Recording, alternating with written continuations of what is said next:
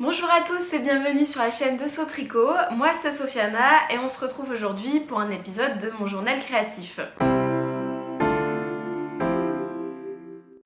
Alors, le journal créatif, c'est l'endroit où je vous présente tout ce que je fais dans ma vie créative de tous les jours, donc tricot, couture, crochet, broderie, etc. La dernière fois que j'ai tourné, on était le 14 juin et aujourd'hui on est le 11 juillet et je vais vous montrer tous les projets que j'ai réalisés sur cette période. Alors, pas trop de blabla pour commencer. Je pense que comme tout le monde, le mois de juin, c'est toujours un mois qui est très chargé avec la fin des activités sportives, culturelles, etc. Les apéros avec les voisins. On ressort en terrasse parce que enfin on a du beau temps. Donc j'ai pas eu le temps de faire beaucoup de choses. Mais je vais quand même vous montrer ce que j'ai fait sur cette période. Pour commencer, la seule chose que je porte, que j'ai fait moi-même, c'est mon chouchou. Donc c'est un chouchou que j'ai tricoté avec une laine velours que je proposerai en kit à la rentrée scolaire sur ma boutique Saut Tricot. Pour ceux qui ne le savent pas, j'ai monté mon entreprise donc Saut Tricot où je vends des cadeaux de naissance et je fais des cours aussi sur Nantes. Donc ça sera un kit que je vendrai à la rentrée et qu'on pourra aussi réaliser en cours. Et ben voilà, c'est tout. Et du coup, je vais directement commencer avec ce que j'ai fait en tricot. Alors, pour le tricot, la dernière fois que j'ai enregistré, j'avais plus qu'une manche à faire sur mon pull. Il est maintenant terminé. Donc, je vous le montre tout de suite fini.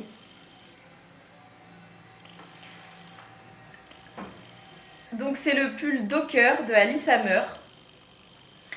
Donc, c'est un pull avec un motif sur le haut, un col bateau. Il y a des manches qui sont très très larges, qui sont resserrées par des côtes. Et pareil pour le bas, il est très bouffant sur le bas et resserré avec des côtes. Donc la dernière fois, il me restait plus qu'une manche à faire. Ben, finalement, j'ai mis assez de temps à finir cette manche parce qu'il a fait très très chaud, que j'avais pas beaucoup de temps. Et bah, du coup, voilà, je l'ai fini que la semaine dernière. Donc plus de temps que prévu. Je l'ai bloqué cette semaine, il a mis un petit peu de temps à sécher. Et du coup, je vais vous parler un petit peu, vous résumer tout le processus et ce que j'en ai pensé. Donc le pull Docker d'Alice Hammer, c'est un pull qui vient du livre Sentimental Tricot, donc ce livre-là. Alors c'est le tout premier modèle que j'avais repéré de ce livre-là. C'est un modèle que j'avais envie de faire depuis assez longtemps. Quand j'ai eu le temps de le faire, je l'ai réalisé. J'avais profité des soldes sur la filature du Val-Gaudemar pour acheter le fil. Donc c'est exactement le même fil que ce qu'elle recommande. Donc le fil, c'est la sable de la filature du Val-Gaudemar. Donc c'est un fil qui est 70% mérino et 30% angora. Alors, pas de panique pour l'angora, c'est de l'angora qui est vraiment... c'est dans des filières qui respectent les animaux, etc. Ils n'arrachent pas les poils sur les lapins, ils attendent la mue pour pouvoir les récolter. Donc c'est quand même une matière qui est respectable pour les animaux et pour l'environnement. Donc la couleur c'était Tango. Et du coup j'avais acheté la quantité qu'il me fallait pour la taille S, parce que je pense que c'était la taille que je pensais faire au départ. Donc j'avais acheté 7 pelotes. Au final, j'ai fait la taille M et il m'a fallu que 6 pelotes et demie contre 8 indiquées dans le bouquin. Donc je pense qu'il y a un petit... Enfin, j'avais déjà vu sur Ravelry qu'il y avait des gens qui avaient eu des problèmes de métrage comme ça où finalement ils avaient beaucoup de reste. Moi au final il me reste qu'une demi-pelote, alors je sais pas du tout ce que je vais pouvoir en faire, mais ça passera bien quelque part. Pour la réalisation, alors si vous avez suivi un petit peu le processus, je suis partie déjà d'abord sur une taille S parce que c'est censé être la taille que je fais. En tout cas, on ne sait pas trop sur le livre, il n'y a pas de tour de poitrine d'indiqué. Donc j'ai commencé par une taille S et je me suis rendu compte en commençant à tricoter que ça allait être peut-être un petit peu trop petit, enfin du moins pour la manière dont j'aime porter mes pulls. Moi je les porte quand même assez amples, assez loose. Donc j'ai fait des augmentations pour reprendre la taille M. Donc du coup j'ai fait tout le pull par la suite en taille M. J'ai eu un petit peu peur du coup qu'il soit vraiment trop grand quand je l'ai tricoté. Je l'ai essayé et puis je vous mets comme d'habitude par ici la vidéo du projet porté. Finalement il est très bien, en tout cas pour moi il est assez large. Pareil pour les manches, elles sont très larges, donc quand j'ai commencé à les tricoter j'avais un petit peu peur. Au final c'est très bien, porté retroussé je trouve que ça rend bien. Alors, je vous avais raconté que j'avais eu des soucis avec le diagramme, bon en même temps la fièvre n'avait pas aidé. Au final j'ai pas d'erreur dedans, donc très bien. Je pense qu'il faut juste être un petit peu concentré et avoir l'habitude de travailler des diagrammes et en plus en aller-retour et après ça se passe très bien. Si on prend les choses les unes après les autres, il n'y a pas de souci. Et si en plus on le tricote que sur le jersey endroit, parce que là en fait l'endroit du pull c'est du jersey envers, donc ça oblige à une gymnastique pour tout remettre dans le bon sens on va dire. S'il y en a beaucoup qui l'ont tricoté en jersey endroit, je pense que c'est un petit peu plus facile de se repérer dans le motif du coup. Moi j'ai gardé le jersey envers parce que c'est un rendu que j'aime bien. Donc voilà pour ça. Et du coup pour les manches, j'ai pas respecté exactement le nombre de mailles à relever. Parce que je préfère avoir un relevage propre quitte à faire plus de diminution après plutôt que de relever exactement le bon nombre de mailles. J'ai pas eu de soucis, je pense que j'ai juste une manche qui est peut-être un petit peu plus large que l'autre, mais en soi comme elles sont déjà extra larges, ça se voit pas beaucoup. La particularité de ces manches, c'est qu'elles travaillent avec un gousset, et j'avais jamais fait ça. En fait, ça fait comme un triangle qui rejoint le corps et les manches. Donc voilà, il y a un petit triangle comme ça, ce qui permet d'avoir un petit peu plus d'aisance sous les bras. Ça lui donne vraiment une forme triangulaire en gros. Enfin triangulaire, je sais pas trop comment dire.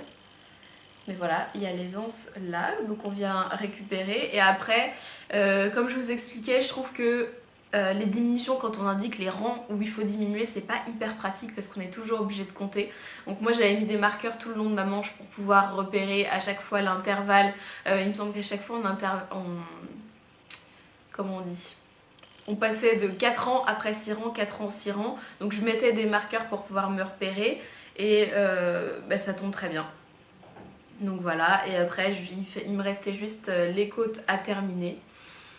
J'ai fait les côtes un petit peu plus courtes parce que en fait moi quand j'avais fini de faire les diminutions, au lieu d'avoir 40 cm comme indiqué sur le patron, moi j'avais 43. Donc du coup j'ai réduit les côtes pour avoir la bonne taille de manche. Pour moi les manches elles tombent très bien, elles sont pile ce qu'il faut même si je suis petite. Donc je peux peut-être faire attention si vous êtes grande. Parce que moi elles finissent nickel si je veux avoir l'effet bouffant. Et pour la taille du pull, finalement, une fois bloquée, la laine a vraiment beaucoup de drapé. Donc ça donne vraiment un pull super confortable, assez large, très loose et qui tombe très bien. Donc je suis super contente d'avoir gardé la laine et d'avoir pu utiliser cette laine. Maintenant la filature a fermé donc on ne pourra plus la retrouver. Désolée pour les personnes qui voulaient faire le même. Mais vous pourrez peut-être la retrouver en destage sur Ravelry éventuellement.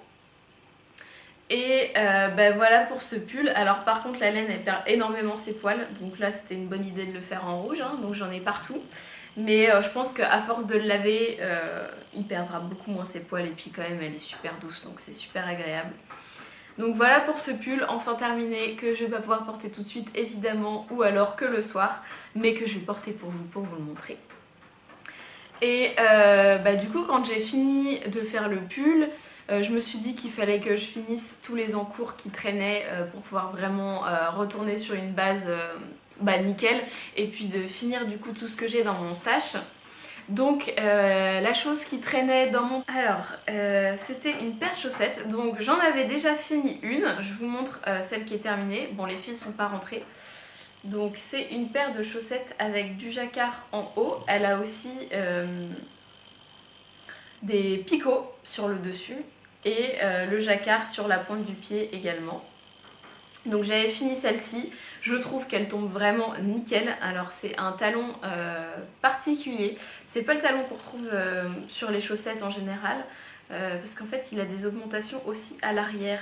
Donc c'est un talon qui s'appelle à la française apparemment, en tout cas de ce que dit le patron. Donc je trouve qu'elles me vont très très bien et je me suis dit que ce serait un petit peu bête quand même parce que pour l'instant j'ai qu'une chaussette, donc de finir la deuxième. Donc là j'ai repris, j'avais pas du tout commencé la deuxième, hein, sachant que cette paire de chaussettes là je pense que je l'ai commencée l'année dernière, donc pas l'hiver là mais l'hiver d'encore avant, donc ça traîne. Et du coup j'ai repris mes chaussettes, donc j'ai recommencé. Alors moi je tricote sur des doubles pointes, donc là c'est des 2,5, c'est des doubles pointes de chez Knit Pro. Moi j'aime bien les doubles pointes pour les chaussettes, je trouve ça plus pratique que le Magic Loop où on est obligé de tirer le câble à chaque fois. Là il y a juste à changer d'aiguille, j'ai pas de souci de démarcation. Après là j'avoue qu'avec le jacquard c'est un tout petit peu plus compliqué je trouve à manier la tension. Donc sur cette chaussette là je vais voir parce que je ne l'ai pas encore bloqué, mais à cet endroit là je pense que mon jacquard était un peu serré, ce qui fait qu'on le verra étirer sur mon pied. Bon c'est pas trop grave, je me suis améliorée sur le dessus. Et puis peut-être que sur la deuxième ce sera très bien, mais bon vu que ça fait un moment que je les ai pas tricotés, je pense que j'aurai le même souci. Pour vous parler du patron des chaussettes, c'est le patron Sending Love de mon Ship Shop, donc de Cindy, qu'elle avait mis en téléchargement gratuit pour nous remercier, je pense que c'était son nombre d'abonnés ou je ne sais plus. Donc c'est un patron qui date un petit peu. Et c'est rigolo parce que j'ai repris mes chaussettes juste au moment où elle accouchait de son deuxième petit garçon, donc je sais pas, j'ai dû avoir une petite connexion comme ça, c'est rigolo. Donc le patron est super bien expliqué, vous avez la grille de jacquard pour différentes tailles, donc une taille S et une taille M, moi je fais la taille M. La taille M ça correspond à 60 mailles je crois, ouais 60 mailles avec le jacquard. Et du coup le talon que je trouve super, donc le talon à la française. Et elle explique aussi, enfin elle renvoie une vidéo pour faire les picots sur le dessus de la chaussette. Donc voilà, et pour vous parler des laines, alors la laine principale, la laine blanche, c'est de la balade de cheval blanc. Moi c'est une laine que j'aime beaucoup parce qu'elle est rustique et du coup moi ça m'évite de trop transpirer dans mes chaussettes. Elles tiennent chaud mais en même temps elles gardent pas l'humidité, donc c'est quelque chose que moi j'apprécie pour mes chaussettes. Et pour les autres laines, en fait j'ai décidé de faire cette paire de chaussettes après le calendrier de l'Avent de mon Ship Shop. J'avais le calendrier il y a 2 ans et où dans le calendrier il y avait plein de petits mini, il y avait des patrons etc. Et donc moi j'utilise les mini pour faire du jacquard dans ce cadre là, donc des chaussettes.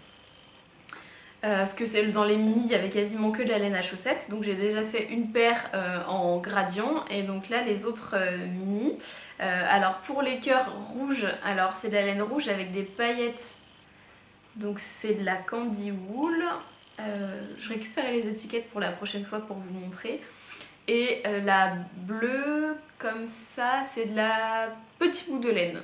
Elle a un tout petit peu de speckles dedans.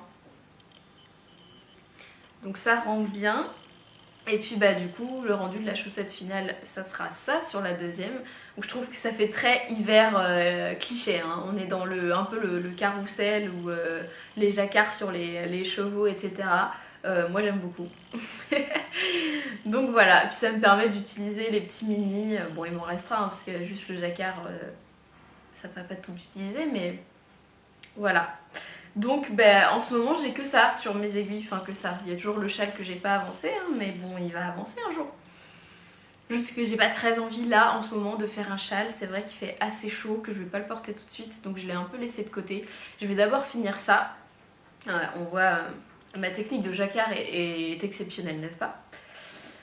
Donc ça s'en mêle toujours, hein. Là je me suis pas embêtée à faire en continental, je prends le fil l'un après l'autre pour faire mon motif. Et puis du coup ça s'en mêle tout le temps. Bref. Donc je vais finir cette paire de chaussettes là. Encore une fois comme je vous disais, après cette paire de chaussettes je vais reprendre que des chaussettes à tricoter en rond tout bêtement en jersey parce que là j'ai pas j'ai plus de projets où on réfléchit pas du tout. Et c'est un peu embêtant parce que justement là, quand on sort avec les copains ou que j'attends quelque part, j'ai besoin d'avoir un truc qui me permette de pouvoir tricoter sans avoir à réfléchir, même pendant toutes les séries, parce qu'il y en a quand même pas mal qui sont ressorties. Bon, je pense que vous en regardez, moi j'en regarde beaucoup, donc si vous voulez que j'en parle un de ces quatre, n'hésitez pas à me le dire. Je ferai une rubrique qu'est-ce que je regarde quand je tricote. Et du coup bah là c'est encore des chaussettes avec du jacquard. Bon, une fois que j'aurai passé le jacquard ça se passera mieux, mais le talon est quand même assez large, donc il y a quand même beaucoup de choses à faire. Donc j'ai hâte de pouvoir finir celle-ci et après promis je reprends que des chaussettes où il n'y a pas besoin de réfléchir. En plus j'ai plein de laine pour ça, donc ce serait top. Et le châle, bah, je le reprendrai un de ces quatre pour le terminer. Et j'aurai presque fini mon stash. Il me reste juste de quoi faire un pull de Noël pour mon neveu. Donc je vais lui faire un pull avec un cerf. Et il me reste de quoi faire un autre pull pour moi cette fois. Donc j'ai 3 écheveaux. Et là j'ai une commande spéciale pour mon beau-père à faire parce que je lui avais offert à Noël de quoi faire un pull. Enfin je lui avais offert ma main d'œuvre on va dire. Et donc là on a choisi le modèle ensemble, il faut que je choisisse la laine avec lui et bah, je commencerai tout de suite. Je vous garde le suspense, peut-être que je l'aurai commencé à la prochaine fois, du moins j'espère. Je vous montrerai ça et c'est tout ce que j'ai pour le tricot en ce moment. Du coup je vais passer à la couture parce que pas de crochet. J'ai fait un petit truc mais je préfère vous en parler la prochaine fois pour que ça dure pas trop longtemps. Donc c'est parti pour la couture. En couture j'ai pas fait grand chose, j'ai fait beaucoup de retouches. Donc des ourlets à faire, des choses à réparer, que j'avais mal cousues ou qui se sont détachées. Et du coup en couture, en projet fini, j'ai eu 2 choses, dont une que j'ai finie hier exprès pour vous le montrer parce que j'étais trop fière. Donc je vais commencer par ça, ça fait la transition avec le tricot. Je me suis cousu un sac à projet. En ce moment j'ai très peu de temps pour le loisir créatif et j'avais besoin de me coudre un truc qui soit rapide mais en même temps j'avais vraiment envie de m'appliquer, d'avoir des jolies finitions. Et puis j'ai pas beaucoup de sacs pour le tricot. J'en ai un que j'utilise tout le temps, qui est un que j'avais gagné sur un concours de Handmade Marie. Et c'est un sac en fait qui reste ouvert, donc un sac seau avec une anse. Que j'utilise beaucoup, je le trouve super pratique parce que finalement quand je tricote la plupart du temps chez moi dans le jardin ou dans un parc, donc je le laisse ouvert. Et je me suis dit que ça serait bien d'en avoir d'autres dans le même style. Au début je me suis dit que j'allais recréer le patron pour pouvoir me le coudre, etc. Au final je suis tombée sur le compte Instagram de Indigo Bird que j'ai découvert grâce à Atelier 292 ou 292 comme elle dit parce qu'elle est belge. Elle en a cousu beaucoup des sacs à projet de chez elle qui sont toujours super beaux. Elle en a dit que du bien, que c'était bien fini, etc. Donc quand je suis tombée sur son compte Instagram et que j'ai vu qu'elle avait sorti exactement le sac à projet qu'il me fallait, donc les sacs, ils appellent ça bin, donc panier. Je me suis dit que bon bah je vais payer le patron même si j'ai pas l'habitude de le faire pour des sacs à projet. Là j'avais pas envie de me prendre la tête à tout recalculer. Le patron il était à 4,80 €, donc vraiment pas cher, et elle donne la possibilité de revendre ses projets cousus si on en a envie, donc moi je trouve ça super cool de sa part. Donc j'ai acheté son patron et je vous montre tout de suite ce que j'ai réalisé. Alors du coup le sac ressemble à ça. Donc ça c'est le Ciratote ou le Cirabine. Là donc j'ai choisi le Cirabine, mais il y a aussi une version où on peut mettre les anses vers le haut comme un sac normal. Donc le patron est entièrement en anglais, je préfère le préciser. Moi j'ai jamais cousu en anglais et je trouvais que c'était un petit challenge à relever finalement. De pouvoir commencer à tricoter en anglais, sachant que là c'est un sac à projet, donc je me suis dit que normalement les techniques je devrais les connaître, c'est juste pouvoir se repérer dans le vocabulaire. Ça s'est très bien passé, j'ai quand même eu besoin d'aller regarder 2-3 mots pour savoir ce qu'elle voulait dire, mais dans l'ensemble j'ai pu réaliser le sac sans souci, surtout que c'est vraiment très bien expliqué, il y a des pas à pas photos pour chaque étape, donc on n'est pas perdu. Elle note toutes les les valeurs de couture à faire, etc. Donc je comprends pourquoi Atelier 292 elle est fan de ces sacs.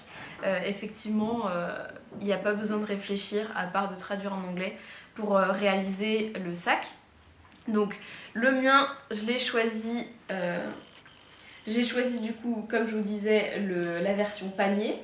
Donc en fait ça c'est des anses qu'on peut venir aussi après attraper et ça ferme un peu le sac pour pouvoir le promener. Donc je pense quand j'irai au Bière Hélène, c'est ce sac là que je prendrai. Et à l'intérieur, on sent tout faire tomber, parce que là du coup j'ai ma paire de chaussettes dedans. Il y a beaucoup de poches, il y en a vraiment beaucoup. Et il y a quand même vraiment la place pour... Je pense qu'on peut mettre un pull facile, hein. Là j'ai qu'une paire de chaussettes, mais désolée pour les travaux de mes voisins, j'espère que vous m'entendrez quand même très bien. Donc il y a beaucoup de poches, il y a vraiment la place. Ça c'est encore une poche aussi. De l'autre côté pareil. Donc pour le tricot c'est vraiment parfait. Pour le tissu que j'ai utilisé, alors vous connaissez Sola Débrouille, donc moi si je peux ne pas acheter, je n'achète pas, hein, on est d'accord. Ça peut être Sauradin aussi, mais on dira Sola Débrouille. Alors le tissu que j'ai utilisé, en fait ça, tout le tissu extérieur sauf la anse, c'est une housse de jean Levi's. Donc en fait quand on achète des pantalons Levi's ou un costume ou n'importe quoi chez Levi's, on a une housse de rangement avec et mon beau-père me l'avait donné puisque comme il sait que je couds etc, dès qu'il trouve du matériel qu'il pense qu'il pourrait me servir, il me le donne. Donc il m'avait donné la housse en me disant bah, si tu peux en faire quelque chose, hésite pas. Et j'avais déjà cousu un tote bag pour une amie pour son enterrement de vie de jeune fille. Et je l'ai ressorti une fois que j'avais découpé toutes les pièces du patron PDF. J'ai essayé de le placer pour voir si ça passait et j'ai eu tout pile ce qu'il fallait pour faire l'extérieur du sac. Donc en fait, finalement ça fait un patchwork. Donc ça c'est toute la housse normale et en fait la partie plus claire je l'ai simplement retournée parce qu'en fait il y avait les inscriptions de Levi's. L'intérieur c'est pareil, donc là j'ai retourné puisque là en fait il y a le logo Levi's à l'intérieur. Et tout le flocage blanc qu'il y a dessus, les 50 ans de Levi's, etc. Donc j'ai juste retourné pour pouvoir faire ma pièce et finalement ça donne un rendu assez sympa. Ça fait un petit effet de style.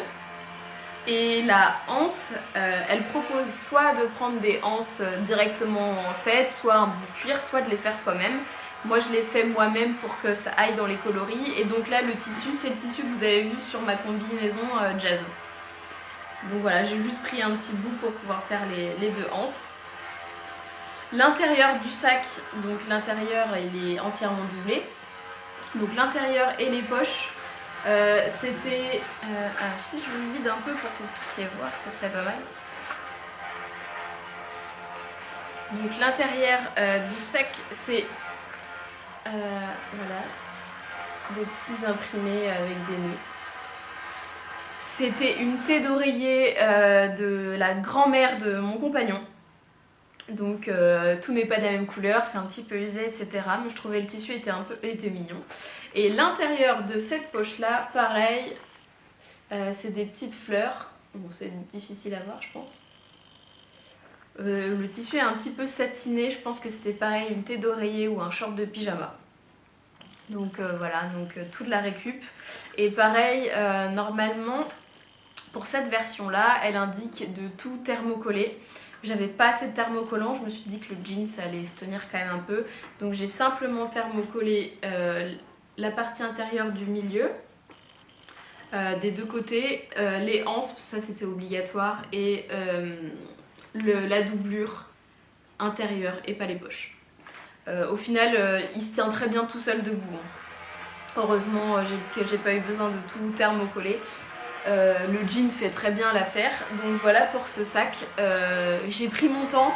Alors je l'ai cousu hier soir. Pour vous donner un ordre d'idée, j'ai découpé le PDF la veille. Je pense que j'en ai eu même pas pour 1 heure. Et j'ai coupé les tissus et assemblé le patron hier. Combien j'ai mis? J'ai commencé à 18 h, j'ai fini à 22. Donc voilà. à peu près 3-4 heures pour faire le sac, mais c'est un sac qui est très bien fini, qui a beaucoup de poches, donc c'est pas étonnant. Et c'était aussi du jean, donc il fallait que je prenne un petit peu plus de temps sur ma machine pour les réglages, parce que j'avais jamais fait ça avant. Et puis du coup, voilà, je suis super contente de mon nouveau sac à projet. Je vais en refaire d'autres, c'est sûr, pour le crochet et pour la broderie, parce que c'est un format qui s'y prête bien. Et puis peut-être que je me ferai une trousse pour aller avec. Donc pour la première couture, et la deuxième couture que j'avais faite avant finalement, c'est un t-shirt. Alors j'ai pas beaucoup de t-shirts et j'ai pas de surjeteuse, donc il faut tout faire à la machine, c'est quand même un petit peu plus embêtant entre guillemets. Mais je me suis cousu un t-shirt, voilà. Donc le modèle, je vous montrerai porté, de toute manière ce sera plus parlant. Le modèle c'est le Trop Top de Ivaness, donc voilà, un de mes patrons préférés. J'avais jamais fait la version jersey, donc c'était l'occasion. Le tissu, c'était un reste, enfin une chute de tissu. J'avais fait un premier essai de t-shirt en jersey qui... Je peux le porter, il n'y a aucun souci, mais les coutures me grattent un peu et le col est très haut, chose qui moi me dérange. Bon après c'était moi qui me suis plantée dans le patron, hein.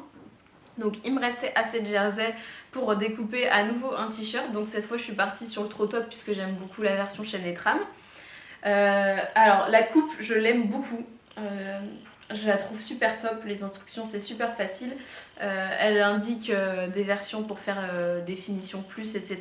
Là moi je me suis contentée de faire on va dire le strict minimum, j'ai pas mis de biais dans le col, etc. puisque de toute façon c'était une version un peu d'essai pour voir si la version jersey me plaisait.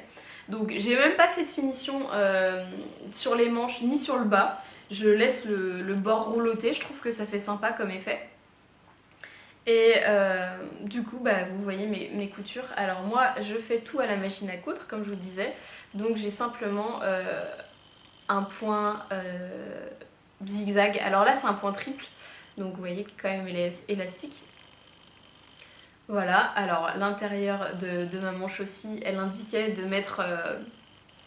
alors moi j'ai pas de laminette, donc elle indique de mettre un bout de tissu pour pouvoir... en fait que les épaules ne se... comment on dit, ne s'agrandissent pas à force avec le poids. Donc voilà ce que j'ai fait. Et puis après il y avait juste à assembler les côtés, donc pas de soucis quoi, c'est super facile. Franchement une fois qu'on a coupé le PDF, je pense qu'à tout casser, on pourra en 1h30, on peut faire son t-shirt. Hein, parce qu'il y a juste à découper les pièces et coudre les épaules, assembler le col et assembler les côtés et c'est bon. Parce que du coup, il n'y a pas de manches à rajouter. Elles sont déjà comprises dans le t-shirt. Donc le t-shirt est top et j'ai rajouté une broderie sur le t-shirt. Donc voilà la broderie.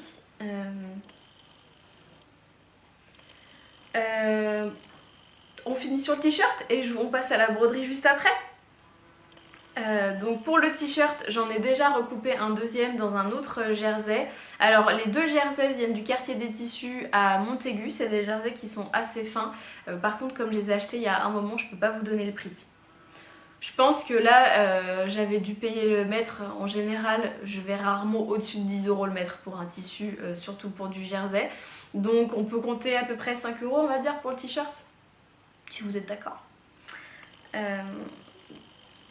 Donc voilà, et pour la broderie du coup, donc on va passer sur la broderie donc, que je viens de vous montrer. Il fait tout noir là d'un coup, hein. Alors, avant de vous parler de celle-ci, je vais vous reparler de la broderie que j'ai faite pour mon papa. Alors je vous mets la photo du rendu final parce que j'ai pu lui offrir à temps. D'ailleurs ils m'ont fait la surprise de venir le dimanche pour que je puisse lui offrir. Alors je vous avais parlé que j'avais eu des soucis pour la broderie, maintenant je sais les expliquer. Finalement aucun souci avec le tissu hydrosoluble, donc celui sur lequel on dessine et qu'on passe à l'eau. Le problème venait pas de là, le problème venait vraiment du fait que j'avais pas thermocollé la première fois. Donc une fois thermocollé, on peut utiliser très bien l'hydrosoluble pour pouvoir broder sur son t-shirt. Pour éviter les risques, vu que la première fois je savais pas d'où ça venait, j'ai décalqué à la craie et puis j'ai brodé le t-shirt comme ça une fois que j'avais bien thermocollé. Le rendu est top, j'ai bien essayé j'ai fait une première fois en point arrière, mais je trouvais que le rendu était pas assez propre, assez linéaire en fait. Donc j'ai fait un point arrière surjeté. Donc en fait ça consiste juste à reprendre un nouveau fil et à venir enrouler les points comme ça. Et puis ça crée vraiment une jolie ligne. Donc je vous montre la photo finie.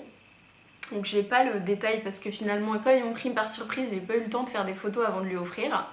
Donc il faudra se contenter de cette photo là. Donc mon papa était super content, ils l'ont lavé tout à tenu, donc c'est top. Et donc moi j'avais pas de t-shirt brodé pour moi, donc je me suis cousu le trop top que je viens de vous montrer et je l'ai brodé. Donc voilà la broderie. Hop.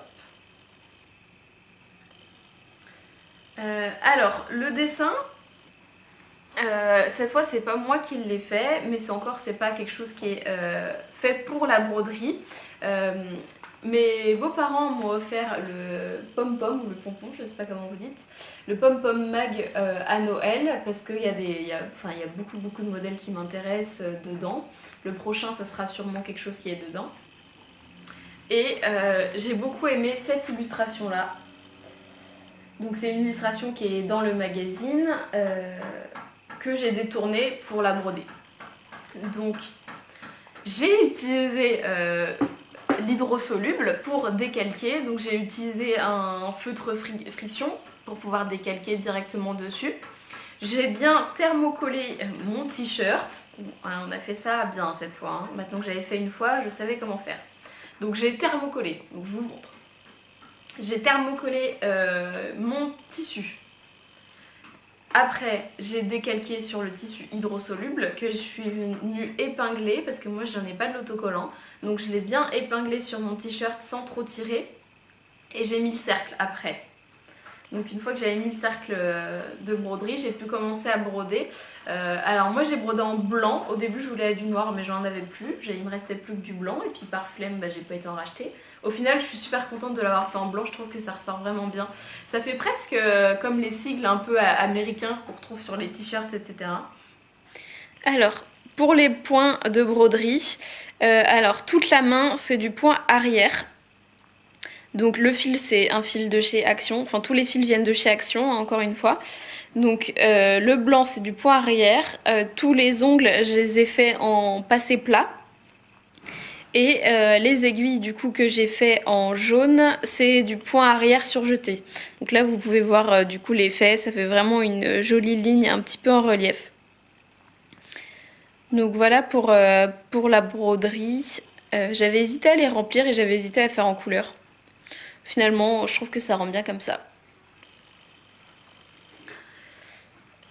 Donc voilà pour la broderie. Une fois que j'avais tout brodé, je l'ai passé sous l'eau. Donc pour enlever tout l'hydrosoluble, je l'ai fait sécher. Et puis je l'ai porté. Et je suis très contente. Je trouve que le rendu est vraiment bien. Voilà. La broderie, c'est vraiment un truc que j'apprécie. Là, quand il faisait super chaud, je pouvais faire que ça. Hein. Là le pull avec l'angora dedans c'était compliqué quand même. Du coup voilà, la broderie pareil pour le temps à peu près j'ai mis une soirée, on va dire 2 épisodes de série, sachant qu'on peut pas trop regarder la série hein, mais en français ça passe, donc 2 épisodes de série. Et c'était fini, en comprenant le décalcage, toute la partie de broderie, etc.